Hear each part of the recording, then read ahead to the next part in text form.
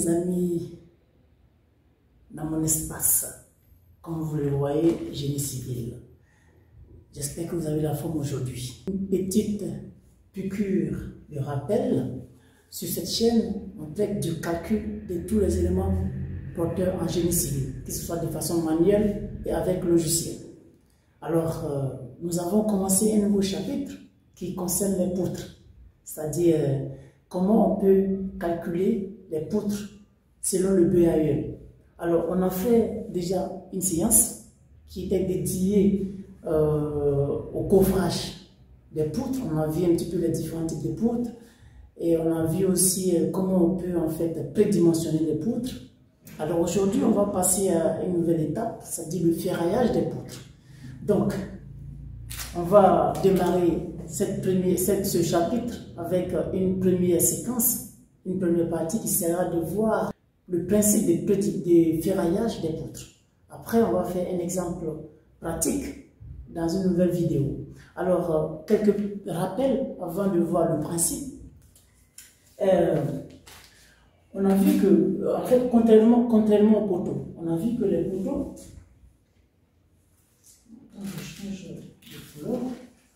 on a vu que les poteaux, on a dit qu'ils sont dimensionnés à l'œil. Donc ça veut dire la combinaison de façon générale.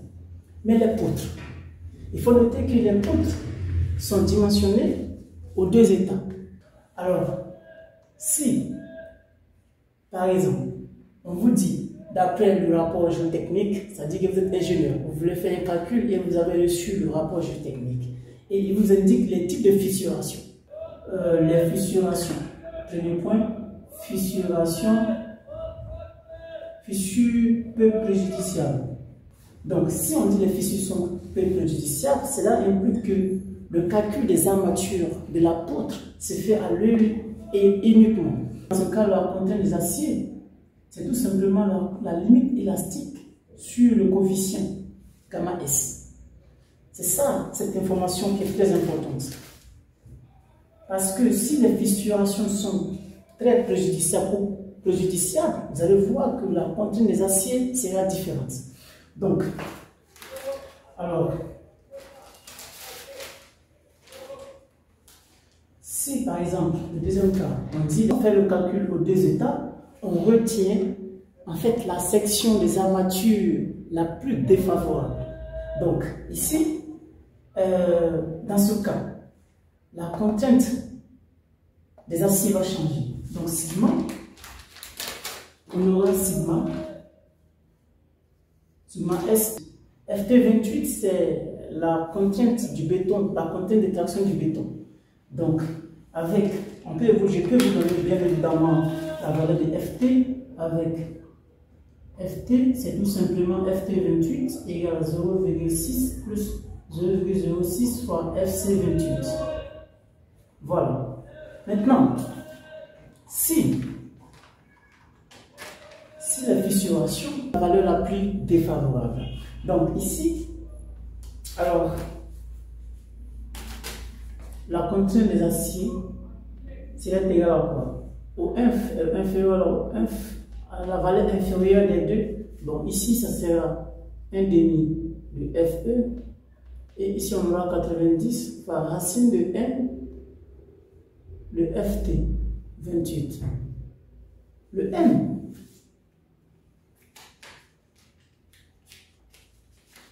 le N, en fait, il dépend en fait du type d'acier. Si par exemple c'est un HA, en général c'est 6, c'est 1,6. Maintenant si c'est rond lisse, c'est 1. Donc c'est 1. On va continuer avec le mouvement. Parce que les poutres, c'est pas comme en fait les poteaux. On va voir, les poutres, elles sont régies par le mouvement, par le signe du mouvement. On a vu que selon la RDM,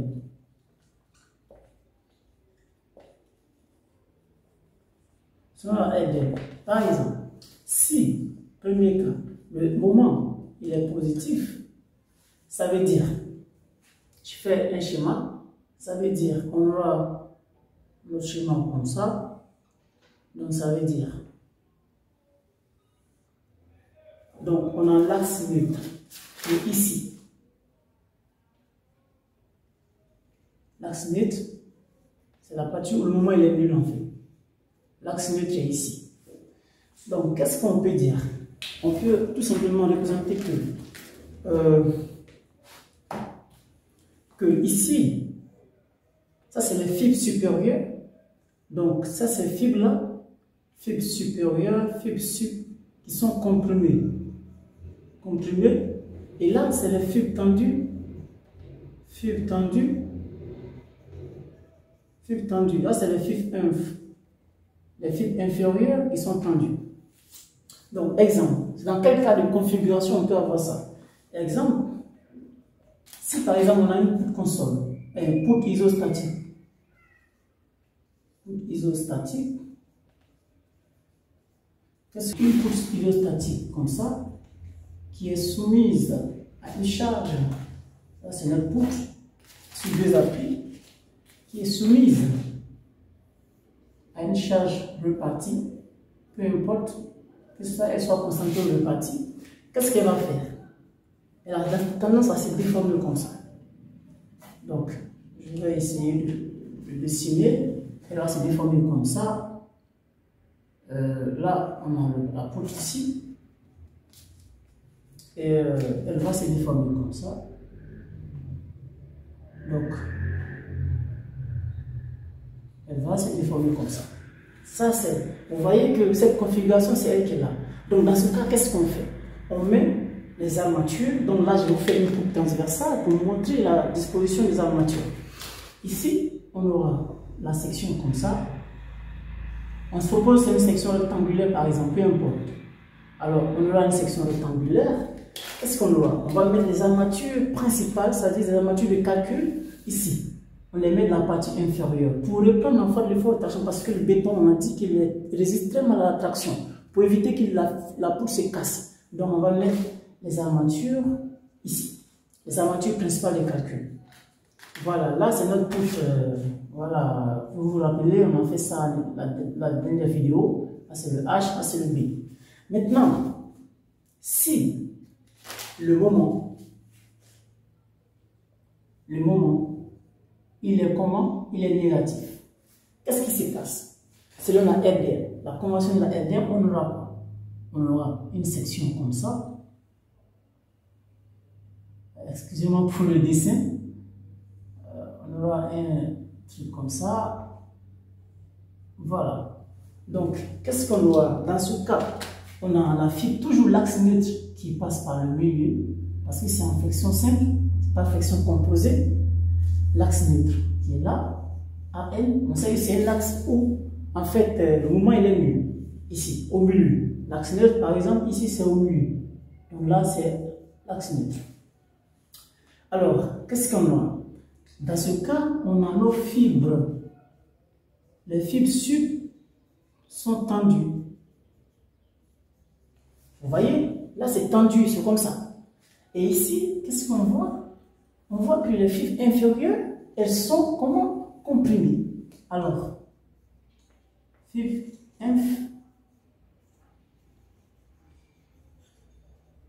comprimées. Donc, super. Parce que ça, c'est très important en fait pour faire le calcul. Et dans quelle configuration on peut avoir ça? C'est quoi une poutre console? C'est une poutre qui a seulement un seul appui. C'est-à-dire qu'elle est encastrée de l'autre côté et puis elle a une extrémité en fait libre. Donc ici, alors j'ai fait un dessin. Donc on a la poutre comme ça. Ça, c'est notre poutre encastrée qui est bien évidemment soumise à une charge répartie. Donc, alors je mets soit on aura quoi? On aura cette configuration comme ça. Elle aura tendance à se déformer comme ça. Donc ça c'est toujours notre axe neutre par exemple. Donc elle va se déformer comme ça. Comme ça. Elle va se déformer comme ça. Ça c'est la déformation. Donc ici, comment on peut disposer des armatures? Et quelles sont les armatures qui sont les plus importantes, principales? Quand on fait le calcul, par exemple, ici, dans ce cas de configuration, alors les armatures principales sont tout simplement en haut. Maintenant, on va passer en fait au ferraillage, la méthode de ferraillage, à la flexion simple d'une poutre rectangulaire. Voilà. Donc, une poutre rectangulaire, c'est tout simplement la section transversale, poutre rectangulaire, on met recte, la section c'est B fois H. Et de cette configuration. Voilà. B fois, ici c'est B, ici c'est H. Alors, on va faire un schéma. Par exemple,